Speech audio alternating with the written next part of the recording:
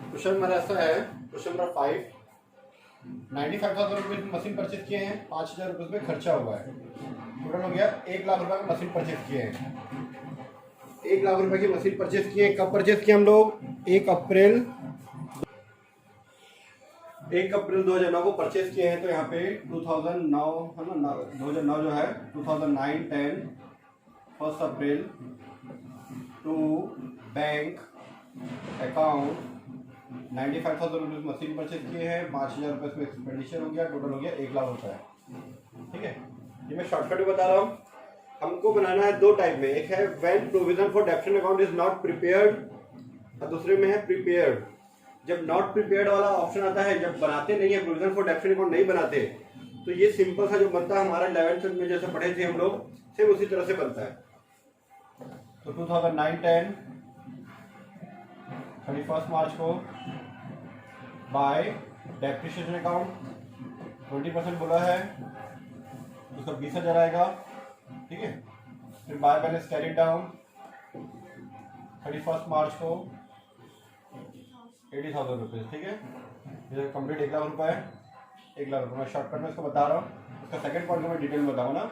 31 मार्च 2009-10 के बाद आ जाएगा 2010-11 1 April to balance not down 80,000 rupees, फिर इसका डेप्शन आएगा 20,000 रुपीज़ और यह जाएगा बैलेंस 60,000 रुपीज़।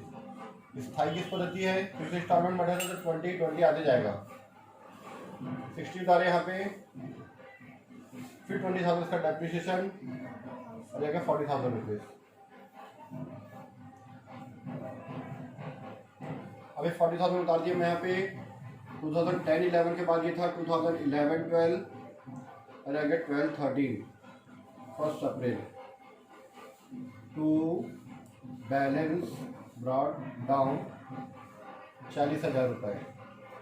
3 साल के बाद 1,00,000 का 20,000 घटा तो 80,000, 80 में 20 घटा तो 60, 60 में 20 घटा तो 40,000। 3 साल का हो गया। चौथे साल में मशीन 6 महीना यूज करके 30 सितंबर 2012 30 सितंबर 2012 को सेल कर दिए। 1 अप्रैल 2012 का बैलेंस दिया हुआ है, हम लोग सेल कर रहे हैं 2012-13 में 30 सितंबर को।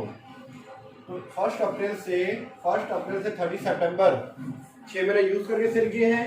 तो 6 महीने यूज करके सेल किए तो 6 महीने का डेप्रिसिएशन लगा के सेल करेंगे ना। सेल कितने में किए हैं? 60,000 में। बाय बैंक अकाउंट 60,000 रुपये में सेल कर दिए। 6 महीने यूज किए तो 6 महीने का डेप्रिसिएशन लगेगा। बाय डेप्रिसिएशन अकाउंट हर साल आता था 20,000 20,000 20,000, तो इस साल भी 20,000 आता। पर अगर 1 साल का होता तो 1 अप्रैल से 30 सितंबर हो तो 6 महीना आता, तो 6 महीने का 6/12 कर दिए हम लोग, ये आ जाएगा आपका 10,000 रुपये। अब यहाँ पे 40,000 की मशीन है, यहाँ पीछे 60,000 में 10,000 रुपये का डेप्रिसिएशन आ गया, टोटल हो गया 70,000। अगर ये होता 1,00,000 रुपये था तो 1,00,000 में 70,000 घटाता तो इस साइड आ जाता हमारा लॉस। पर इस साइड का टोटल ज्यादा है, इस साइड का 60 + 10 70,000 है, तो 70,000 में 40 माइनस कर देंगे तो हमारा इस बार 30,000 का प्रॉफिट आ जाएगा। To profit and loss account bracket में प्रॉफिट, ठीक है, 60 + 10, ये दोनों को मैं ऐड कर दिया, इसमें माइनस कर दूंगा मैं 40,000 रुपीज़, क्या आ जाएगा मेरा 30,000 रुपीज़ का प्रॉफिट आ जाएगा। मशीन सेल हो गया तो उसके बाद कोई बैलेंस नहीं निकलेगा। ठीक है, ये हमारा कंप्लीट हो गया मशीन अकाउंट। और जो प्रॉफिट एंड लॉस अकाउंट का जो ये है उसको लिखेंगे 31 मार्च को। ठीक है, कंप्लीट। इस तरह से हमारा शॉर्टकट में बन गया क्वेश्चन नंबर 5 का फर्स्ट आंसर। अब हम लोग सेकंड आंसर बनाएंगे। तो इस तरीके से हमारा सॉल्यूशन बन गया था 5 का फर्स्ट पॉइंट। अब मैं सेकंड पॉइंट बताता हूं। जब प्रोविजन फॉर डेप्शन अकाउंट प्रिपेयर करते हैं, बनाते हैं, तब हम 2009 में परचेज करेंगे और 2012 में सेल कर देंगे, है ना। When provision for डेप्शन account is prepared,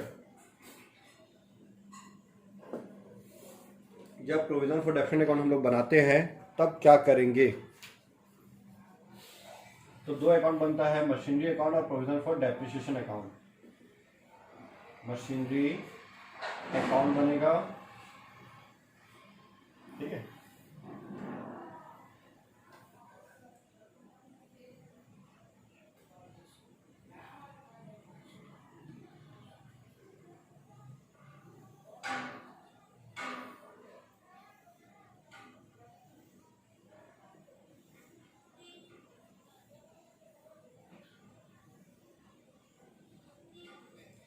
2009-10 2009-10 first April को मशीन परचेज किए हैं टू बैंक अकाउंट, ठीक है। 95,000 में मशीन परचेज किए और 5,000 रुपीज़ में खर्चा किए, टोटल हो जाएगा हमारा 1 लाख रुपीज़, है ना,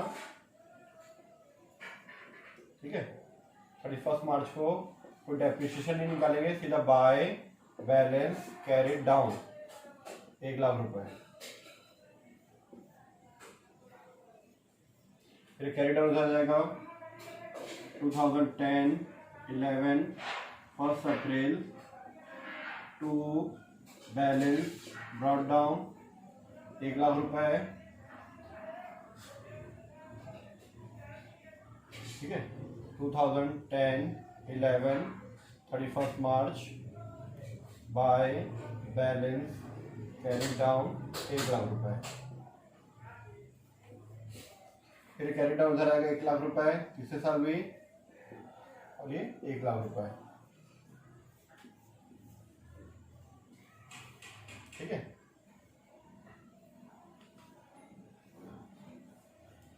चौथे साल आ जाएगा 2010-11 ना, 11 के बाद 2012-13 1 अप्रैल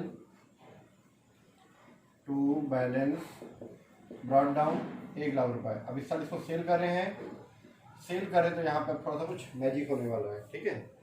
क्या मैजिक होने वाला देखना इधर। जब मशीन सेल कर रहे हैं तो एक साथ पूरे डेफिनेट लिख देते हैं हम लोग।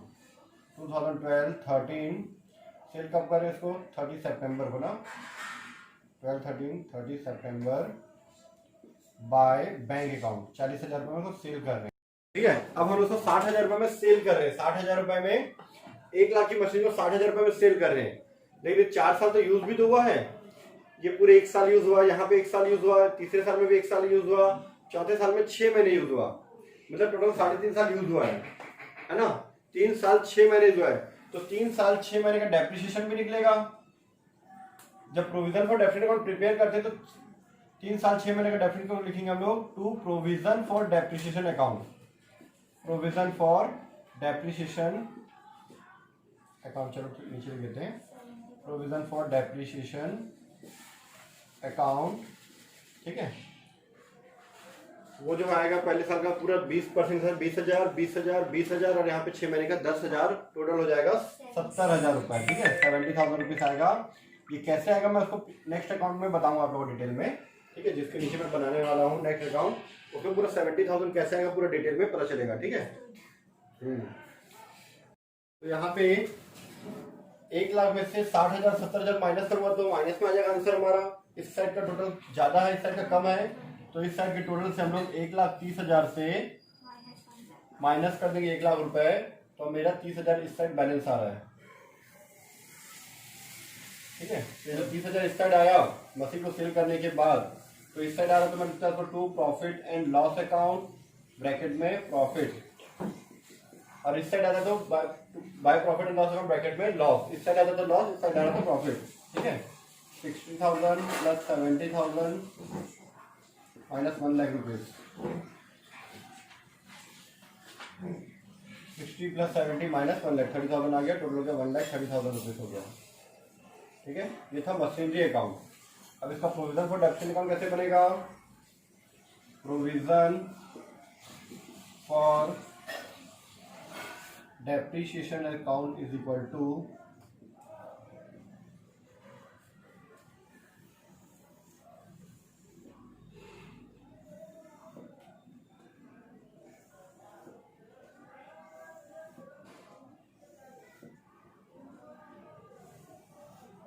ठीक है। इसके लिए मैं थोड़ा सा कर लेता हूँ बोर्ड को नीचे,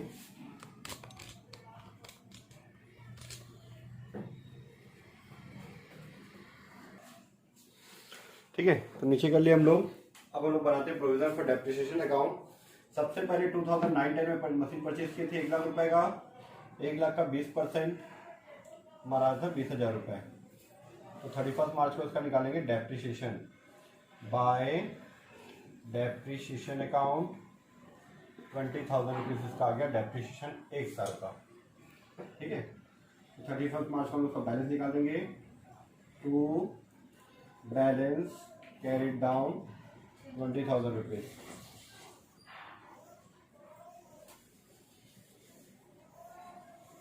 ठीक है, अभी जो कैरी डाउन है तो ट्रांसफर हो जाएगा 2010-11 में।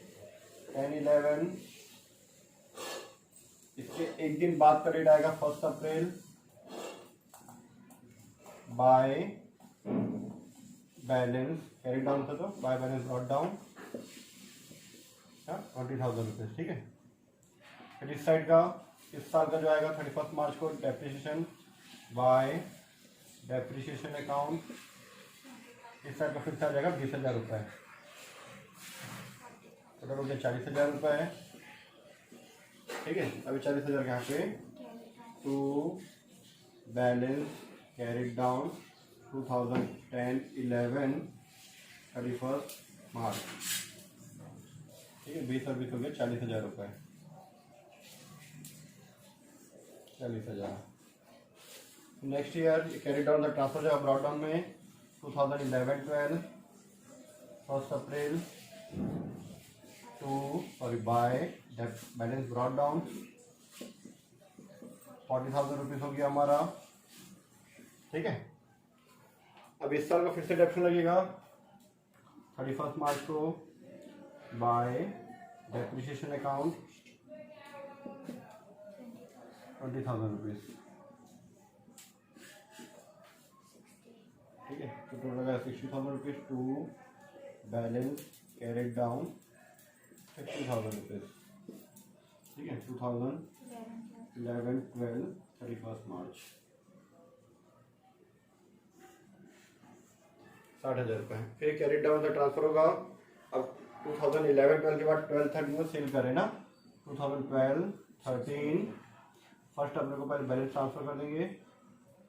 टू बैलेंस कैरिड डाउन हो जाएगा by balance brought down by balance brought down 60,000 rupees. अब इस साल इस मशीन को 30 सितंबर को सेल कर रहे हैं, 6 महीने यूज हुआ है, 1 अप्रैल से 30 सितंबर है ना, 1 April to 30 September 6 month use हुआ है, तो 6 मंथ के डेप्ट हो गए। एक साल का 20,000 आ रहा था।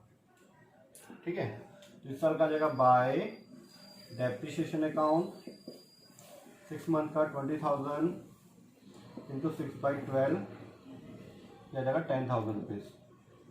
ठीक है, अब ये जो टोटल आया 70,000 रुपीज मशीन का, ये जो 70,000 है यहाँ पे 2012-13 31 मार्च टू मशीनरी अकाउंट लिखते हैं, बैलेंस नहीं निकालेंगे, मशीन तो सेल हो गया, मशीन सेल हो गई तो मशीनरी अकाउंट में ट्रांसफर कर देते हैं पूरे 70,000 को। ठीक है, इसीलिए मैंने जब बताया था आप लोगों को कि ये बताया था कि कहाँ से आए 70,000, वो यही बताया था। ठीक है, कि भाई प्रोविजन फॉर डेप्रिसिएशन अकाउंट में मशीनरी अकाउंट लिखे हम लोग 70,000 रुपये, प्रोविजन फॉर डेप्रिसिएशन अकाउंट में 70,000 मशीनरी अकाउंट लिखे हैं, तो मशीनरी अकाउंट में क्या लिखेंगे by provision for depreciation account 70,000 रुपये। ठीक है, इसके डेबिट में है तो उसके क्रेडिट में। ये हो गया हमारा कंप्लीट 31 मार्च की हमें लिखे 30 सितंबर। ठीक है, ये हो गया हमारा कंप्लीट आंसर क्वेश्चन नंबर 5 का सेकंड पॉइंट।